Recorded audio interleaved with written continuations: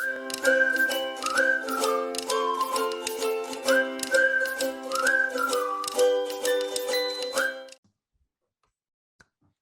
and welcome to another edition of Teach Solas interviews. Today we don't have an author, but we have a pastor who is Mike Neglia. He's a pastor of Calvary Cork. Hello, Mike. How are you doing today?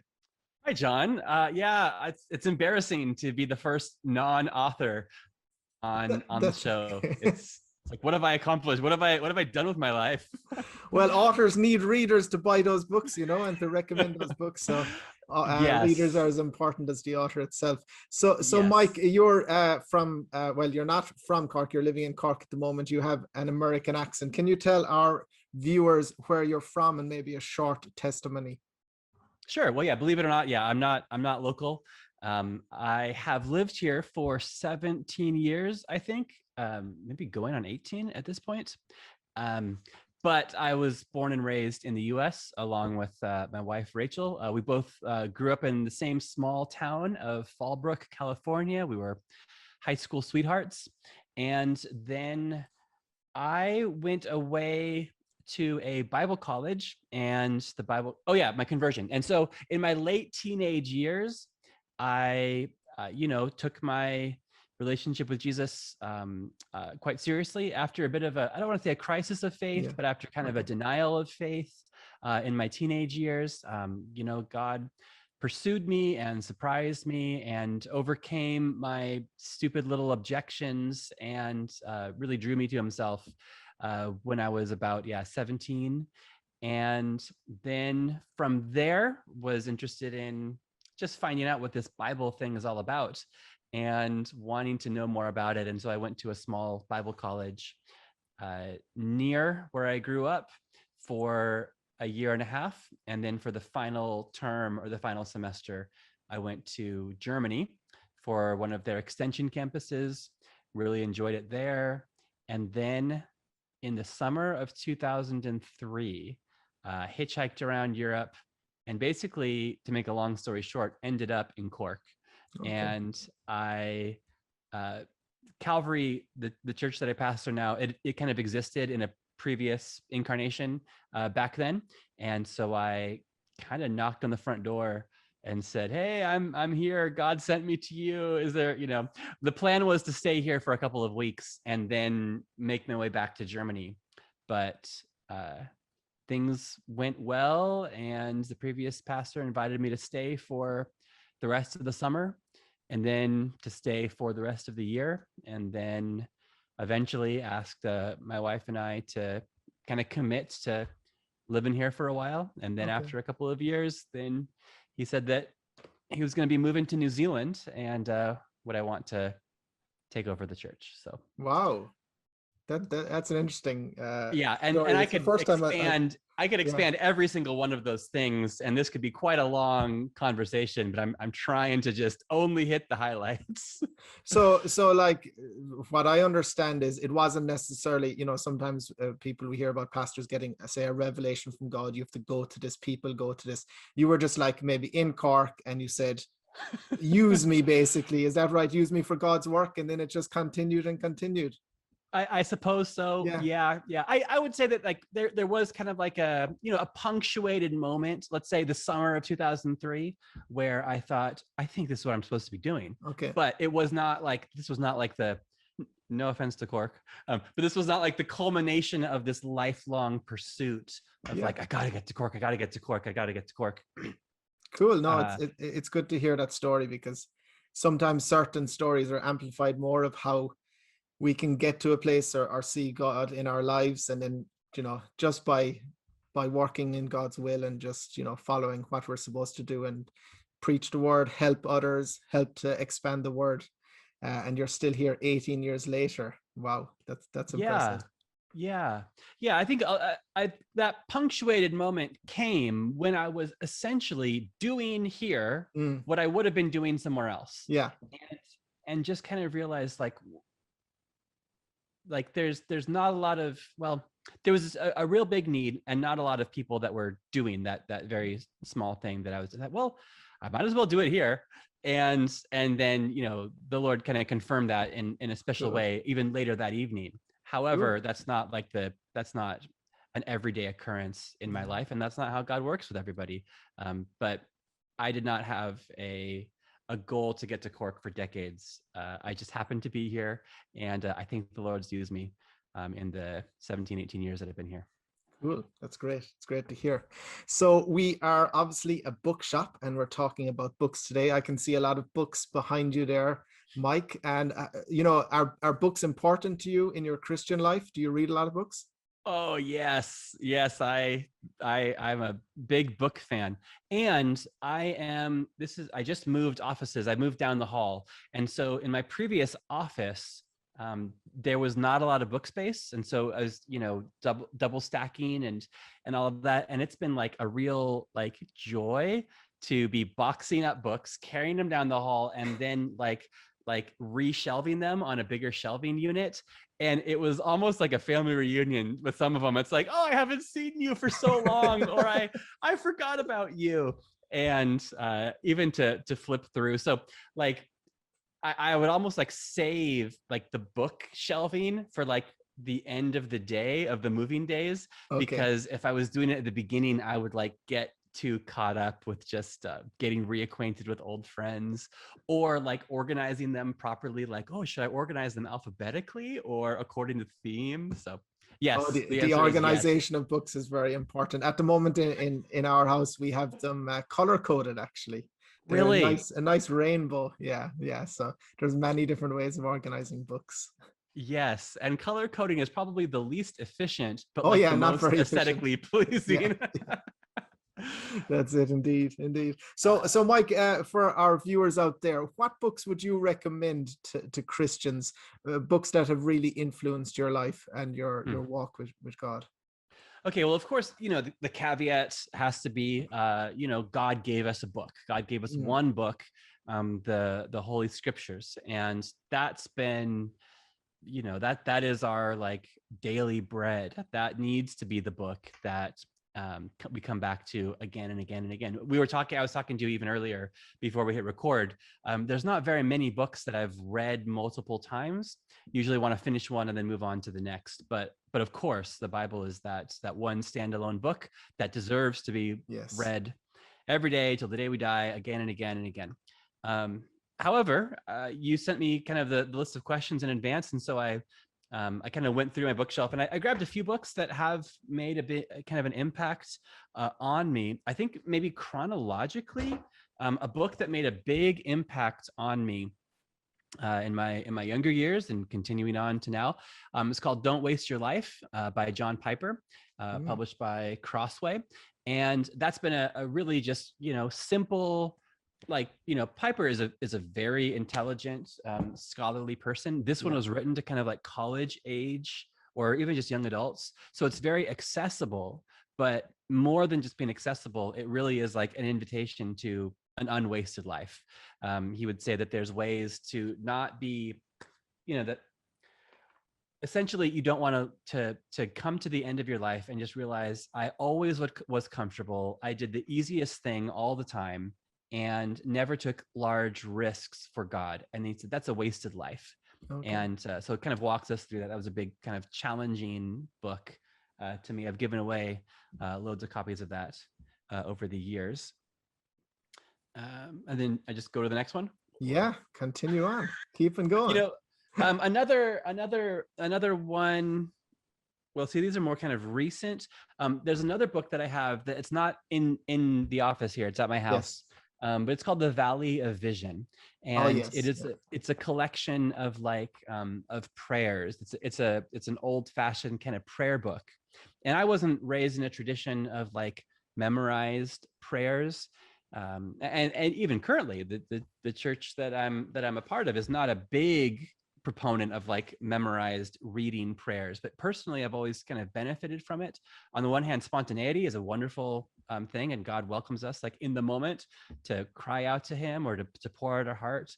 Yet I've benefited from reading prayer books, not books about prayers, but books of prayers, kind of being guided, kind of like being pastored by these books that write out prayers.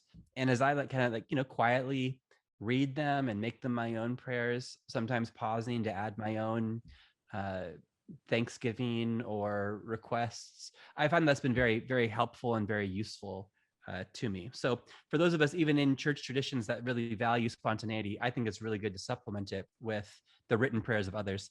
And that leads me to another book that is a very recent one called Every Moment Holy.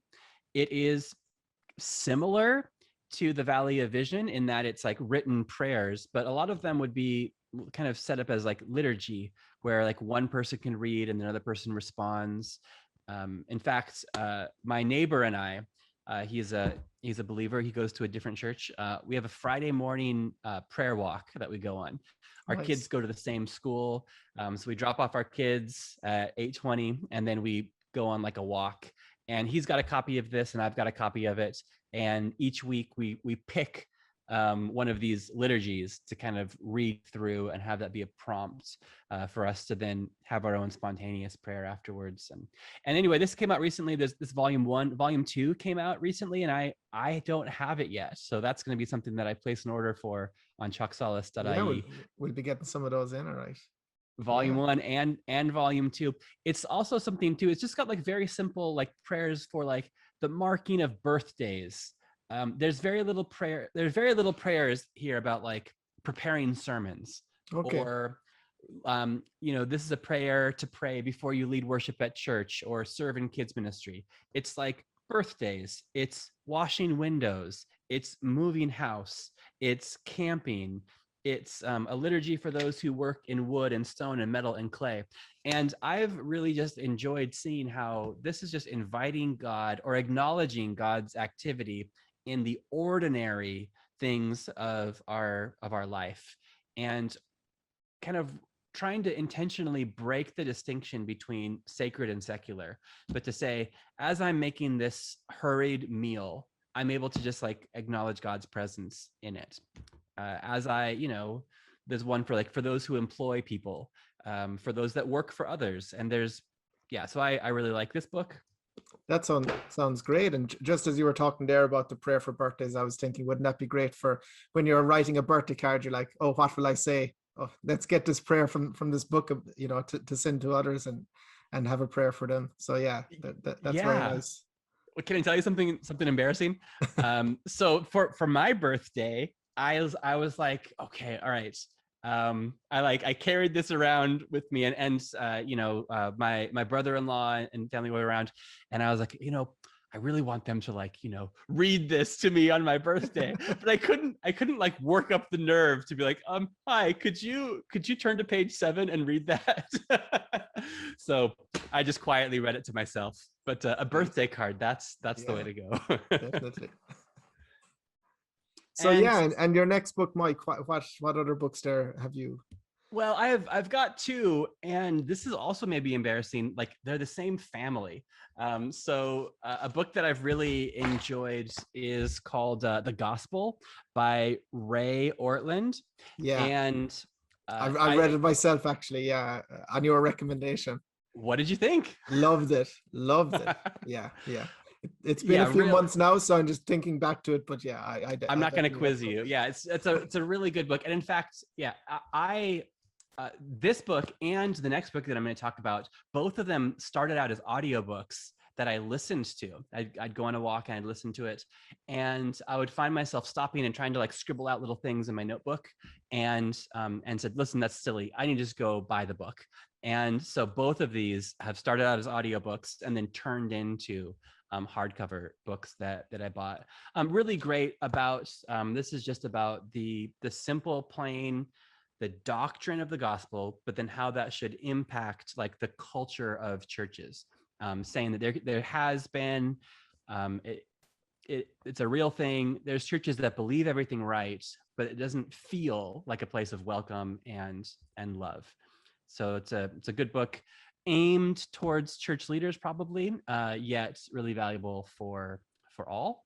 Yeah, I think it would be good for a book club even, that book, just to go through it. And I just felt, while we all, believe in, we obviously should know the doctrine that we believe in, but Yes. it's always so important to get back there, and then how it affects the church, and how, practical things, and just how we should affect the community around us, the city around us, and I guess how to balance those things as well, by teaching the word very strongly, but also showing the doctrine as an example to others in the community.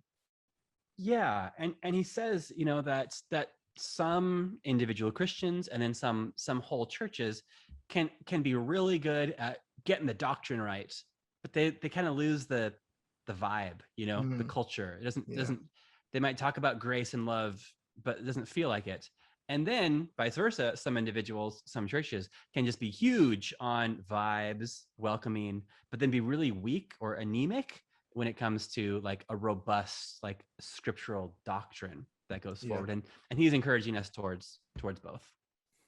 Brilliant. And finally, and this is what's kind of embarrassing, the other book that I love a lot is actually written by his son, so I feel like this huge kind of like Ortlund fanboy, but this is a book that came out, I think, right at the start of the pandemic, I think. Yeah, I haven't read it myself, but I've sold quite a few of them, so it is a popular book.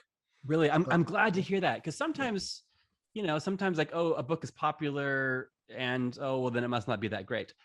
This is amazing, and I'm so glad that people want to read it. Again, it was an audiobook. I listened to the audiobook all the way through, and then went and bought myself a hardcover, because it's the sort of thing that I want to be kind of reminded of again and again. It's mostly about just the subtitle is, the title is Gentle and Lowly: The Heart of Christ for Sinners and Sufferers by Dr. Dane Ortlund. And it just is essentially about the fact that, like, Jesus towards his people, towards his sheep, he is not just like constantly frustrated or rolling his eyes, that even when we sin, our tendency is to want to flee and hide from him, or to put ourselves in the sin bin, to use kind of the rugby term. We take ourselves off the field.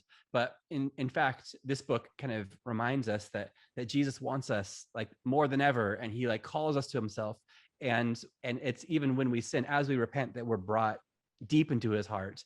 And it's just, it's wonderful. And I want to believe it, I want to believe it because it's right. But even I find myself needing to hear this and being reminded of it again and again, that it's actually true. Like, he really does love me. And it's not just that he loved me when I was a sinner, and then I was converted at 17. Like, he loves me now, even with my continued failures, continued struggles, that if only I would come to him, that his heart towards me is one of welcome and restoration and cleansing. Yeah, it's so important that we are continuously reminded of the love of Jesus. And I guess sometimes we're always in a human way, we think of, when we sin, oh, we can't go near Jesus, he's distant. We have to try to, we'll get back in his good books in a few days. We'll keep it low for a few days, but yeah, that's the time to get back into him. And as well, that's an important message to send to our children. And you have 3 children, Mike. Are there books that you would recommend to children? 100%. I don't have them with me because they're all, at home with the children. with the children. Firstly is the Jesus Storybook Bible by Sally Lloyd Jones. We have gone through so many of, so here's my advice. We've gone through so many of them because like the covers fall off or the pages fall off, because we go through them so often. It's a book that, you just read all the way through and then you just start all over again. Perfect for bedtime stories. But like every single copy that we had like duct tape along the side eventually, and then the cover would fall off and we just have to go buy another. Brilliant marketing from them. Make a book that's good enough to read more than once, but not solid enough to withstand multiple readings. You'll definitely increase your sales. They have, I know they have like a leather bound edition that we never bought and we should have the first time. So I would say that book is incredible, and splash out and spend the extra €10 or whatever to get the leather bound edition, because it's so good. You're going to want to read it more than once and you're going to want it to last. she is so adept at like telling the Bible story and the individual stories as like pointers towards Christ and towards the gospel and towards his love, especially in the Old Testament, where oftentimes like the there's a lot of kind of just rubbish kids Bibles out there that talk about the story of David and Goliath as, there was one that actually threw away that someone gave to us, and it was a little kid's Bible, and you're supposed to read it to your toddler, and it's about David and Goliath. And the moral of the story is Goliath wanted to use his muscle, but David used his mind instead. And so you really need to be quick thinkers and don't depend on your strength, but use your mind instead. And I'm like, I don't think that's the point. I don't think that's why that story is included in the Bible. And I don't want my kids to so that went straight in the bin. Yeah. Whereas this, Sally Lloyd Jones, she kind of just reminds us or teaches our kids and us that there's an enemy that causes everybody to cower in fear and that threatens our very lives. But yet, while we were too scared to fight, somebody came in, a surprising hero came in, and he defeated him. And because he defeated the enemy, we who were too scared to fight on our own, we're counted as victors. So we're more than conquerors through him who loved us. And it points us towards the Lord Jesus over and over and over and over again. It's so good. I've quoted it in sermons. The adults get so much of it. I know people that don't even have kids, and they've read it through multiple times because it's just a great Bible overview. It's also beautifully written and illustrated. That's my wholehearted, strong endorsement of that. The Jesus Storybook Bible. Yeah, again, another Bible. One that sells quite a lot. Yeah, well, it should. It should. And some of it is because I buy multiple copies. I buy copies to give to parents sometimes, but then also I buy it because we just burn through them. Another some other good books, we've actually just discovered them recently, is you can help me with the names, but like the 10 Boys Who Changed the World and 10 Girls. What's that series called? I don't know what the specific name for the series is, but it always starts with 10 boys who, or 10 girls who. So there's 10 boys who changed the world, 10 girls who changed the world, 10 boys who didn't give in, 10 girls who didn't give in. And I can't think of the final one, even though I have it here. I just recently got it. I haven't uploaded it yet. It's another 10 boys and 10 girls, but another very popular series. And can you explain what the series is about, Mike? Essentially, they're like little miniature like biographies of like influential Christians throughout church history. My daughter, she's a big reader, and I ordered her the 10 Girls Who Didn't Give In, because I thought it was about like tenacity, or just like courage, or not being a quitter. Turns out they're all killed. So my wife and I had to almost like we kind of like pre-read it to make sure that it wasn't like too graphic or too devastating for a 6-year-old girl, and she was like asking us all, please can I read it, and we decided we can. And she burned through it. She got really, she was like telling us stories about, do you know Mary Slessor did this? And she was like quoting all this stuff. So she really engaged with it. And so we've ordered more copies of the boys and girls one.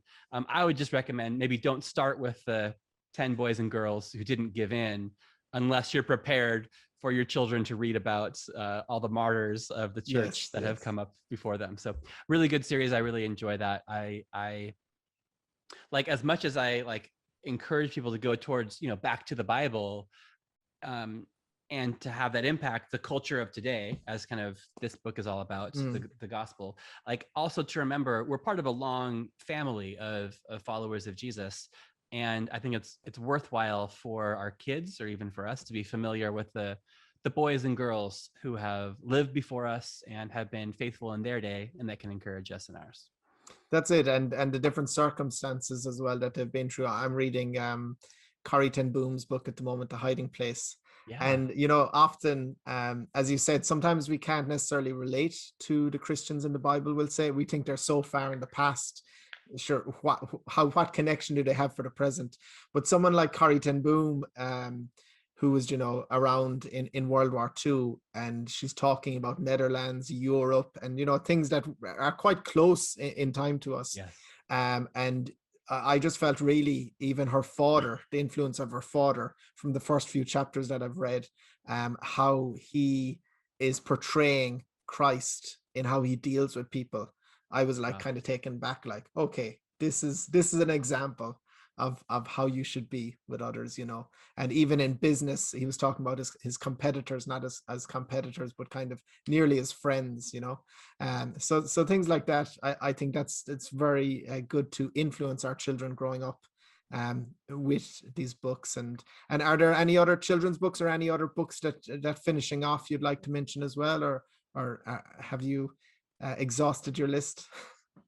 I have exhausted my pre-prepared list. I could riff on something, but I would just say the best books ever are the ones that you get at chucksolas.ie. Those are my favorites. Thanks very much, Mike. Thanks very much. And I'm sure big fan. I'm sure I'll have you back in the future, maybe to look at specific genres. And maybe even I was thinking of we could even look together at maybe different translations of the Bible.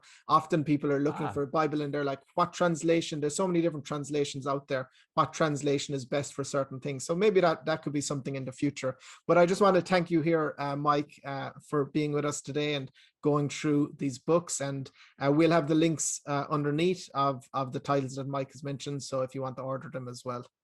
Okay, Mike, all the best, man. Take care. All right.